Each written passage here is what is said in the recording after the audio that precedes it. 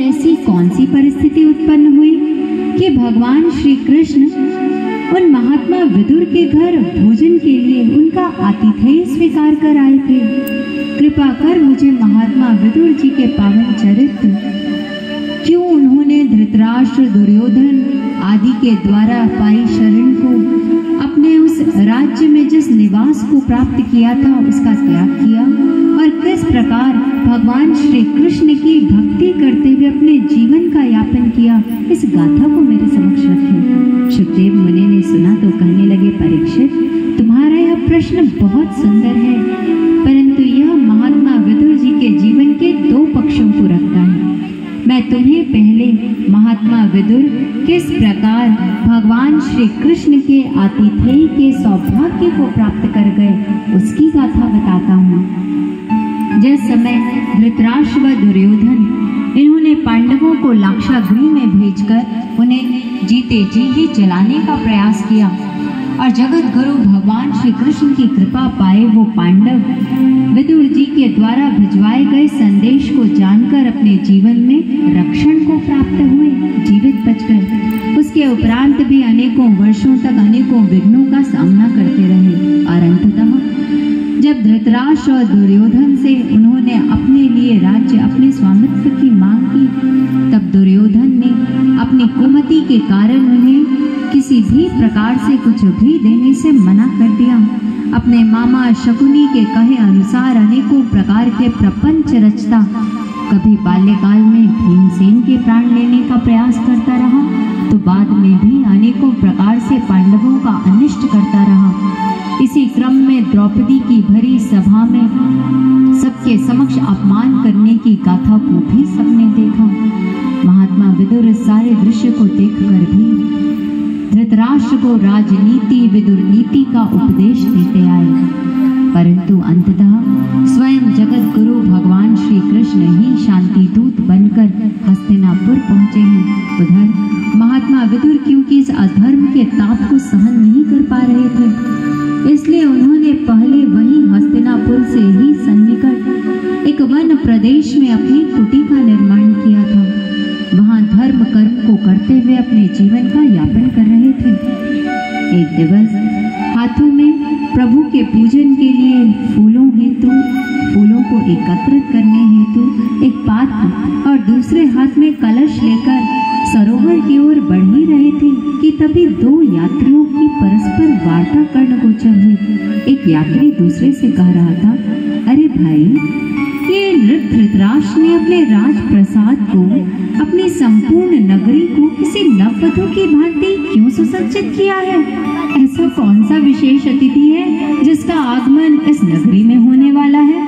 हस्तिनापुर को हमने इस प्रकार सुसज्जित तो कभी नहीं देखा। दूसरे ने सुना तो कहने लगा, क्या तुम नहीं जानते? क्या सच में तुम नहीं जानते? त्रिलोकी के स्वामी, अपना आधिपत्य सर्वत्र स्थापित कर चुके भगवान श्री कृष्ण अपनी द्वारका नगरी से इस हस्तिनापुर की नगरी में धृतराष्ट्र के समक्ष शांति दूत बनकर आ रहे हैं। वे पांडवों के शांति प्रस्ताव को लेकर यहाँ दुर्योधन और धृतराष्ट्र के पास आ रहे हैं। महात्मा विदुर ने सुना, मेरे प्रभु आ रहे हैं, मेरे आराध्य भगवान श्री कृष्ण इस अधर्म की नगरी में अपने चरण धूलि, अपने चरण कमलों को लेकर आ रहे हैं। बस फिर क्या था, धैर्य सारी सीमाएं लांघ गया। महात्मा विदुर ने आओ देखा ना ताओ द्रुत वेग से अपनी कुटी की ओर बढ़ चले।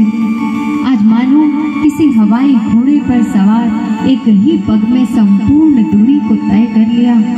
कुटिया के द्वार पर पहुंचे, द्वार पर दस्तक देते हुए अपनी भार्या को आवाज दी, अरे सुलभा कहाँ हो? सुलभा, हमारे भाग्य जग गए रे। हमारे प्राणाधार भगवान श्री कृष्ण अधर्म के इस नगरी में धृतराष्ट्र के पास आ रहे हैं। प्रभु स्वयं हमें दर्शन देने, हमारे प्यासे हृदयों को शांत करने आ रहे हैं। अरे उन घनश्याम के इस नाम को मैंने सुना तो था, परंतु मैं नहीं जानता था कि हम प्यासे सूखे हृदयों पर वो इस प्रकार घन की मानंद बरसेंगे।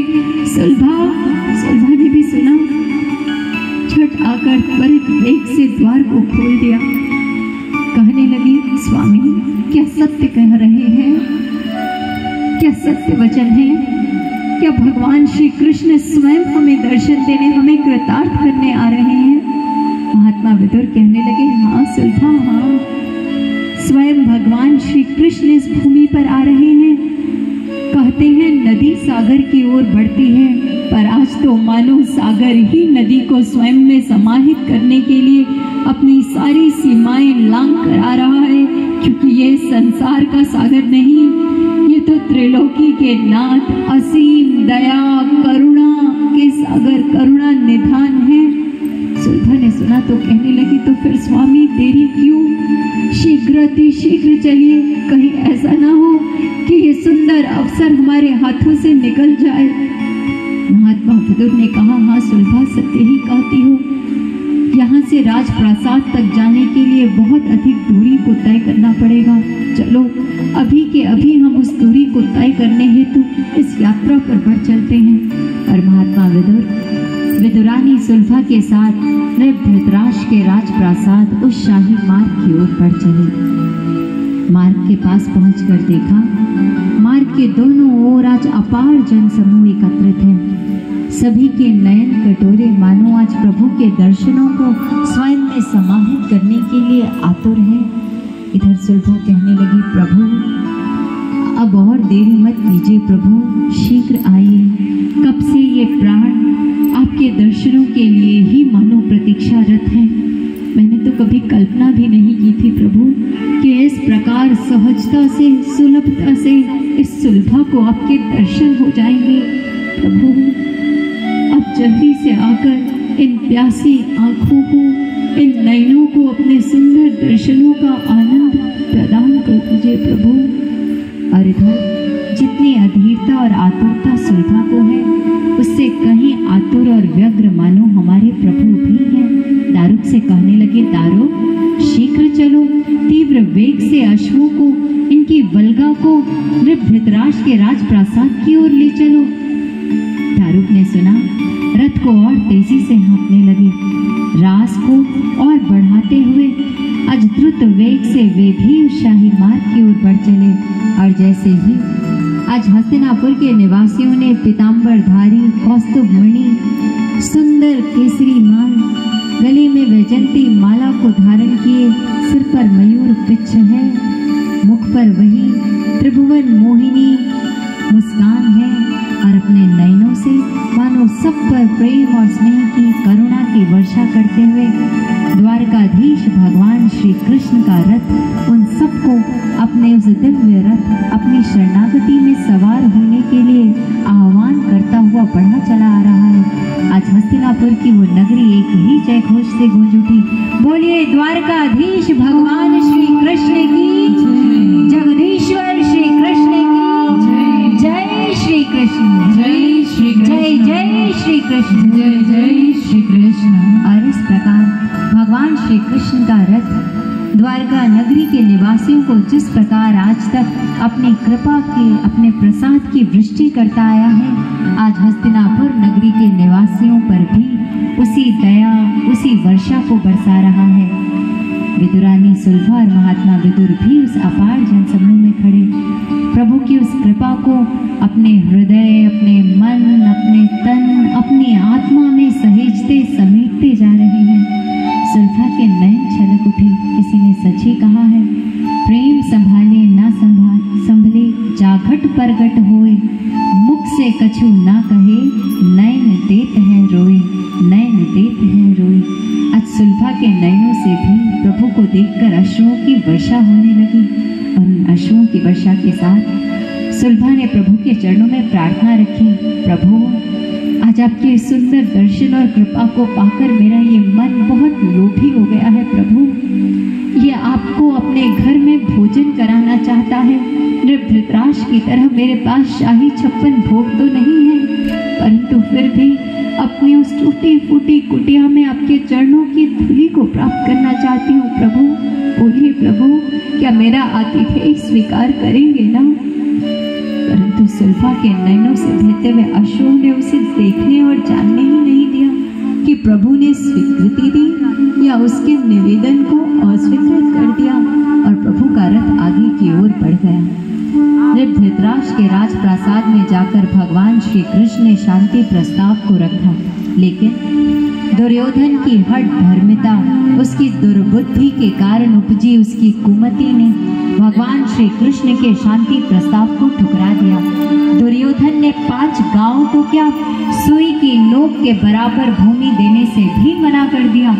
भगवान श्री कृष्ण को ही बंदी बनाने लगा और तब प्रभु श्री कृष्ण ने अपने विराट स्वरूप का प्रदर्शन किया। उनके उस विराट स्वरूप को देखकर आज दुर्योधन भयभीत तो हुआ, परंतु अब भी उसका अधर्म और असत्य प्रभु की भगवत्ता के समक्ष झुका नहीं। अज्ञान का अंधकार आज भी ज्ञान के सूर्य के प्रकट होने पर भी स्वयं को बचाकर रख लेना चाहता है।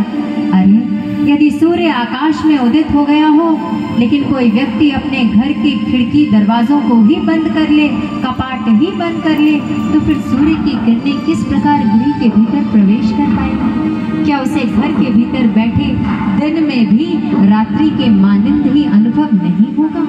होगा ना? कुछ ऐसा ही दुर्योधन के साथ भी हुआ। और तब भगवान श्री कृष्ण उसके भोज्य प्रस्ताव को ठुकरा कर बढ़ चले वहां जहां भक्त हृदय विदुरानी सुलभा बारंबार अश्रु बहाती हुई प्रभु से उस भोजन के निवेदन को स्वीकार करने की प्रार्थना कर रही थी। सुलभा अपनी कुटिया में बैठी बारंबार प्रभु से प्रार्थना करती जा रही है। इधर कपाट पर दस्तक हुई। सुलभा ने द्वार खोला तो पाया सामने भगवान श्री कृष्ण खड़े हैं। कहने लगी, प्रभु मैंने सुना तो था कि आप शीघ्र आकर कृपा कर दिया करते हैं। द्रौपदी ने अभी आपको पुकारा भर ही था कि आप दौड़े चले आए और वस्त्रावतार लेकर आपने उसके शील का रक्षण किया, भरी सभा में उसकी लाज रख ली।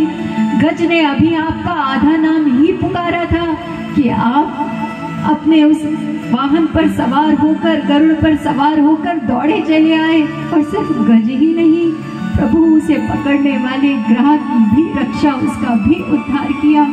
परंतु प्रभु आज आपकी इस कृपा की साक्षी प्रथम बार बनी हूँ कि द्वारकाधीश, मेरे भीतर तो ऐसा कोई गुण, ऐसी पुकार नहीं थी, परंतु आज आपने सुलभा को कृतार्थ कर अपनी दया और करुणा का ही एक और प्रमाण दिया है।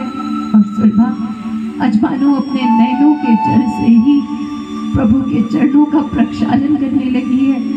उधर भगवान श्री कृष्ण ने देखा प्रभु अपने भक्त की आंखों से बहते हुए अश्रु ज्यादा देर तक देख नहीं पाते, सो कहने लगे, अरे काकी माँ, क्या यही द्वार पर खड़े रहकर इस प्रकार वार्ता ही करती रहोगी? क्या कुछ खिलाओगी भी? शुदा से आतुर हूँ, जानती हो कितनी भूख सता रही है। विदुरानी सुलभा ने सुना, कहने लगी, हाँ प्रभु, मैं तो आपके दर्शन कर बावरी ही हो गई थी। और झट प्रभु को अंदर लिवा लाई। बावरों की नाई प्रभु को बैठने के लिए कहीं कोई स्थान दे पाए, क्या निर्णय ही नहीं कर पा रही है। प्रभु आगे बढ़े और स्वयं ही एक स्थान पर आसीन हो गए। फिर विदुरानी सुलभा गई और प्रभु के लिए भोजन ले आई, परंतु यह क्या, प्रभु को पहले फल खिलाना चाहती है, लेकिन खेड़े को छीलकर गुदा एक और फेंकती जा रही है और छिलके प्रभु को अर्पित करती जा रही है। आज प्रभु के दर्शन कर इस प्रकार मत है, इस प्रकार बावरों की नाई हो गई है कि यह भी भान नहीं कि प्रभु को छिलके खिला रही है। और प्रभु जिस प्रकार इससे पहले के युग में शबरी के जूठे बेरों को स्नेह से उसके प्रेम भाव को ग्रहण किया था, ठीक उसी प्रकार आज उन्हें विदुरानी सुलभा के उन छिलकों में भी स्वाद आ रहा है। इधर महात्मा विदुर जी का आगमन हुआ। कहने लगे, अरे सुलभा, ये क्या कर रही है? प्रभु को छिलके खिला रही है। अरे प्रभु को तो सर्वोत्कृष्ट वस्तु अर्पित की जाती है। सुलभा ने कहा, कहने लगी, क्षमा कीजिए प्रभु, क्षमा कीजिए, मैं अभी आपके लिए भोजन ले आती हूँ। गई और जाकर साग ले आई और आकर प्रभु को आज साग ग्रहण करवा रही है। और हमारे प्यारे प्रभु, वो तो न छिलके खाते हैं, न साग, न माटी, न बेर, वे तो इन सब में छिपे अपने भक्तों के भावों को ग्रहण करते हैं। भाव का भूखा हूँ मैं और भाव ही एक सार है, भाव से मुझको भजो तो भव से बेड़ा पार है। बिना भाव के यदि कोई उन्हें राजमहल शाही वस्तुएं भी दे दे तो भी वे स्वीकारते नहीं, और भावों से उन्हें कोई पत्ता तक अर्पित कर दे तो वे उसे भी सहर्ष ग्रहण कर लेते हैं। ऐसे ही है हमारे प्रभु। और यह सिर्फ द्वापर युग में ही नहीं हुआ, प्रभु का यह उद्घोष सिर्फ उस युग के लिए ही नहीं है, इस युग में भी प्रभु इसी प्रकार अपने प्रेमी भक्तों पर उनके प्रेम भाव को ग्रहण करते हुए अनुग्रह करते हैं। उड़ीसा प्रांत का इस कलयुग के समय का ही एक वर्णन आता है। उड़ीसा प्रांत में एक भक्तिमती महिला थी, विदुरानी सुलभा की ही तरह, जिनका नाम था कर्माबाई जी। कर्माबाई जी के जीवन में अनेकों प्रकार के दुख थे। सगर्भा थी तब पति की मृत्यु हो गई, पुत्र उत्पन्न हुआ, किसी प्रकार उसका लालन पालन किया, विवाह किया, परंतु जब पुत्र वधू सगर्भा थी तब पुत्र की भी मृत्यु हो गई। किसी प्रकार इस दुख को सहन किया। जो पोता जन्म लेता है उसका लालन पालन करने लगी, लेकिन कुछ ही समय के उपरांत उसकी भी मृत्यु हो गई। अब दोनों सास बहू व्यथित हो उठी, प्रभु हम क्या करें, जीवन में इस प्रकार दुख है, आपसे अनन्य प्रेम किस प्रकार करें, क्योंकि जान गए इन दुखों के मध्य आपकी भक्ति ही सर्वस्व है। तब प्रभु की प्रेरणा और कृपा से एक संत आए, आकर उन्हें उनके अंतर्घट में परमात्मा का दर्शन करवाकर परमात्मा से प्रेम उपजाया। कहते हैं ना, प्रभु को देखकर ही प्रभु से प्रेम उपजता है। प्रभु के दर्शन कर भीतर में वास्तविक प्रभु के प्रति अनुराग उत्पन्न होता है, वरना हमारा स्नेह कैसा है, जैसे तेल और पानी को आपस में मिला दिया जाए, जब तक उन्हें मिलाते रहे कैसा लगता है, दोनों आपस में मिल गए, ऐसे ही लगता है ना। और जैसे उन्हें मिलाना छोड़ दो, पानी नीचे और तेल कहाँ रह जाता है, ऊपर, अलग अलग, ऐसा ही होता है ना। इसी बात को संतों ने भी हमें समझाया।